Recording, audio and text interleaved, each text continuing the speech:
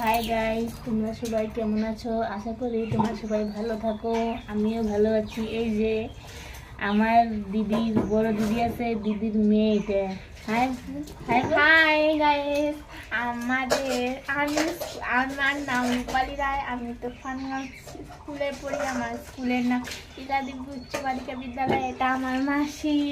ওই যে পিছনে যে বাসন সত্য বলো সত্য, ওই পিছনে যে বাসন আছে না, ওটা আমার বড় দিদি হয়। ওই বড় দিদির মেয়েটা। ঠিক আছে, বন্ধুর সাথে কথা বল।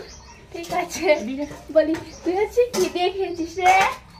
হ্যাঁ, আমি তো চটচটি, মাছের ঝোল আর ডাল দিয়ে খাওয়া হচ্ছে আমাদের। ও তাহলে তোদের কি খাওয়া দাওয়া হয়েছে? আমাদের তুই আর আমি তো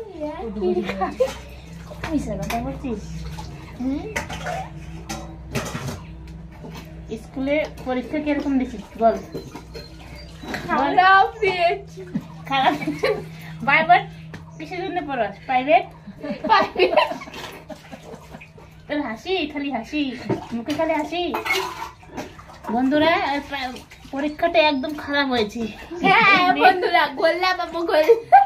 এই মেয়েটা খালি ঘুরে পনিরের মধ্যে জিরো পাবো, জিরো গোল গোল আন্ডা পাইছি। এই মেয়েটা প্রাইভেটে পড়ে, তা সত্ত্বেও ওর পরীক্ষাটা খারাপ হচ্ছে। তাহলে দেখো কিরকম মেয়েটা। তাহলে আমি কি করবো আমার যদি পরীক্ষা না ভালো হয়?